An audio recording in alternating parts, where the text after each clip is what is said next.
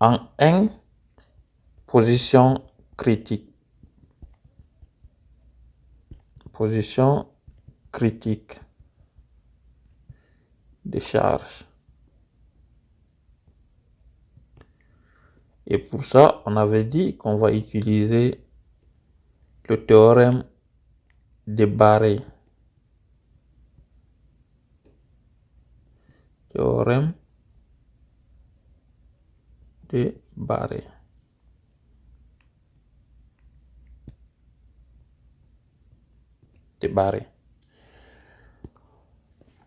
Pour déterminer le moment max de cette poutre, on a dit, on doit d'abord, premièrement, déterminer la position critique en utilisant le théorème de Barré.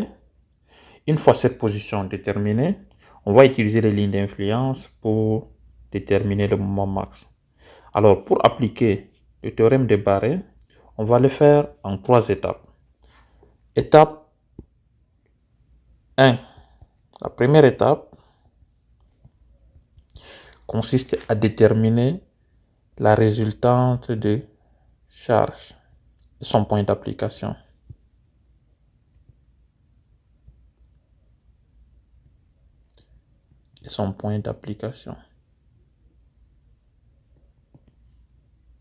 Point d'application. Alors, qu'est-ce que ça signifie? C'est que lorsqu'on prend notre camion, là, on a ici l'essieu P1. Ici, on a P3. Quelque part ici, on a P2. Parce que P1 et P2 est de 2,5 mètres. P2 et P3 est de 1,5 mètres. On a ça. Alors, la résultante R, c'est égal à la somme de ces charges-là. P1 plus P2 plus P3. C'est égal à, on fait l'application numérique, P1 est de 70 kN. P2 est de 250 kN. P3 est de 250 kN. On fait juste la somme de 3. Donc, on aura ici 70 plus 250 plus 250. C'est égal à 250 plus 250, ça fait 500. Plus 70, ça fait 570. 570 kN. Ça, c'est la résultante, R. Mais cette résultante, il faut qu'on trouve sa position. Sa position, on va appeler XR, sera égal à, on suppose que l'origine est là, P1, X1, P2, on va X2, P3, X3 là. Ce sont les points d'application. On va chercher XR, le point d'application de la résultante. On ne sait pas, est-ce que ça sera entre P1 et P2, entre P1 et P2, entre P2 et P3, on ne sait pas. On va les calculer. C'est-à-dire la position du centre de gravité.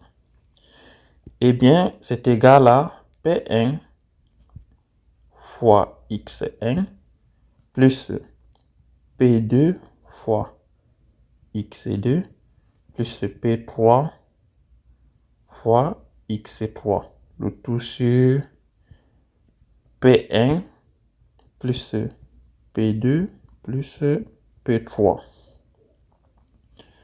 Alors, si tu as bien remarqué, P1 plus P2 plus P3, c'est la résultante qu'on vient de déterminer. Donc, autrement dit, je peux écrire ici P1 fois X1 plus P2 fois X2 plus P3 fois x3, le tout sur R. Alors, si je fais l'application numérique,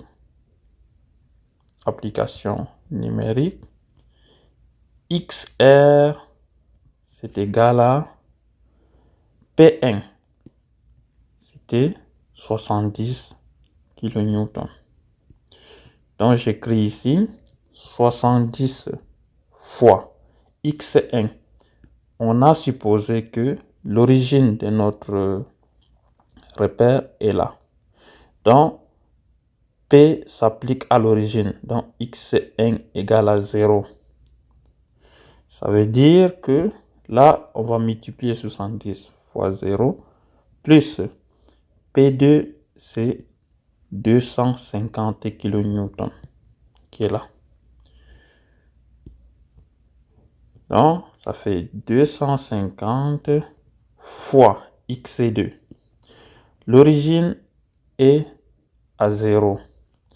Donc, quittant du point 1 de l'origine à P2, c'est x2. x2, ça correspond à la distance entre P1 et P2. Et cette distance, on l'a.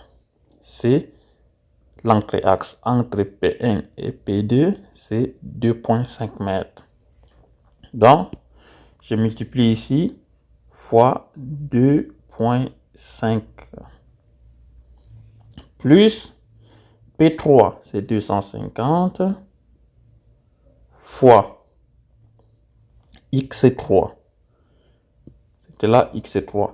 X3, c'est quittant de X1, X3. Alors, ça veut dire que je cherche cette distance-là. Je connais celle-ci, entre P1 et P2. Je connais entre P2 et P3. Donc, je calcule juste la somme des deux. C'est-à-dire, je prends la distance entre P1 et P2, 2,50, plus la distance entre P2 et P3, 1,50, ça fait 2,50 plus 1,50, ça fait 4. Donc, ici, j'aurai 250 fois 4. Le tout sur, on avait dit là, la résultante. Et la résultante, on l'a déterminée, c'était 570. Donc, j'aurai ici sur 570. Alors, XR égale à 70 fois 0, ça fait 0, plus 250 fois 2,5 plus 250 fois 4 sur 570. C'est égal à combien? Ça ne calcule pas automatiquement. J'ai désactivé l'option. Alors, on va calculer. 250 fois 250 fois 2,5 plus 250 fois 4 sur 570. Ça fait 2,85 mètres. Ça, c'est la position de la résultante. Alors, ça veut dire que à partir de l'origine, x1, je mesure 2,85.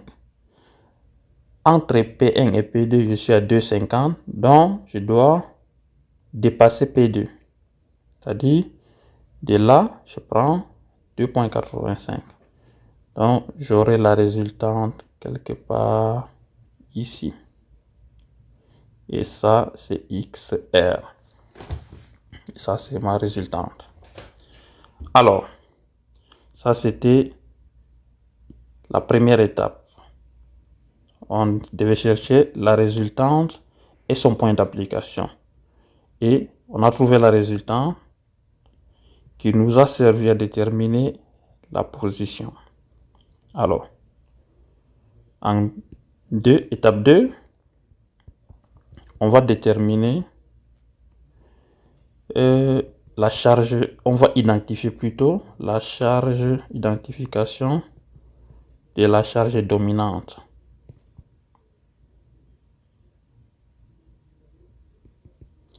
de la charge dominante. Alors, on a 3 essieux, 3 charges, P1, P2, P3. Le max de ces 3, c'est quoi? On a P2 qui est égal à P3 est égal à 250 kN. On prend lequel des deux? Parce que on a deux qui ont les mêmes valeurs. Alors, on regarde notre position de la résultante. Et on se rend compte que P2 est beaucoup plus proche de la résultante. Alors, on choisit P2 comme notre charge dominante. Donc, on écrit ici P2 égale à 250 kN. Alors, quelle est la distance entre notre charge dominante et la résultante? C'est-à-dire la distance entre ce P2 et la résultante. Donc, on va chercher cette distance. On a déterminé la distance entre P1 et R. On connaît déjà la distance entre P1 et P2. On cherche cette distance entre les deux. Et pour ça, on va l'appeler E, cette distance entre P1 et P2. On l'appelle E. Ça sera égal à XR moins XC2. On revoit le schéma. XR, c'est la distance entre P1 et la résultante. Donc, quittant d'ici à là. XC2, c'est quittant de P1 à P2. Donc, on connaît ça, on cherche ça. Tout simplement ça, moins ça. Ça nous donne cette distance. On fait l'application numérique. C'est égal à XR, on a déterminé c'était 2,85 moins XC2. XC2, c'est juste l'entrée-axe entre P1 et P2. Qu'on connaît déjà, c'est 2,5 mètres. Donc, on aura ici 2,85 moins 2,5. C'est égal à combien? 2,85 moins 2,5, ça fait 0,35 mètres. Donc, E égale à 0,35 mètres. Alors, ça veut dire, à partir de P2, on mesure 35 cm pour placer le résultat. À quoi cette valeur va nous servir? Eh bien, on va le savoir à l'étape 3. Étape 3, c'est la condition de Barré. Qu'est-ce que Barré dit par rapport à ça? Condition de Barré. Cette condition nous permet d'avoir la position critique.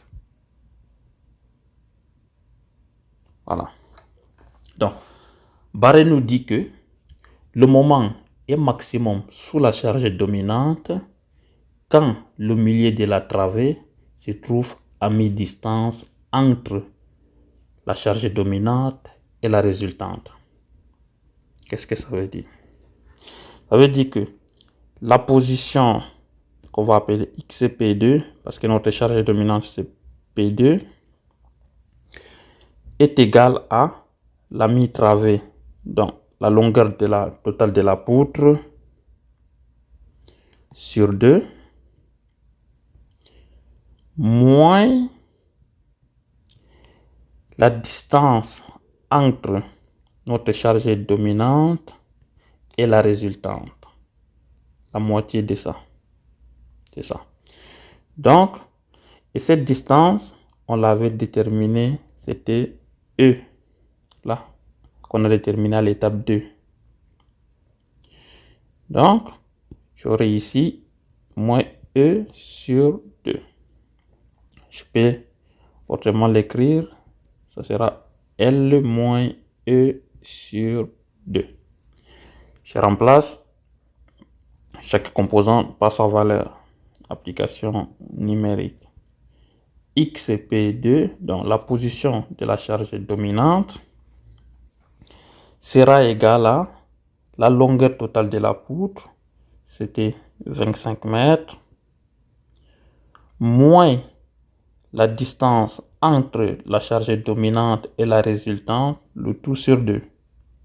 Donc, ça me fait 25 moins les 35 cm qu'on a déterminé ici, 0.35, le tout sur 2. Alors, qu'est-ce que ça nous donne? Ça ne calcule pas automatiquement. J'ai désactivé l'option ou quoi? Bon, en tout cas, on va calculer 25 moins 0.35 le tout sur 2.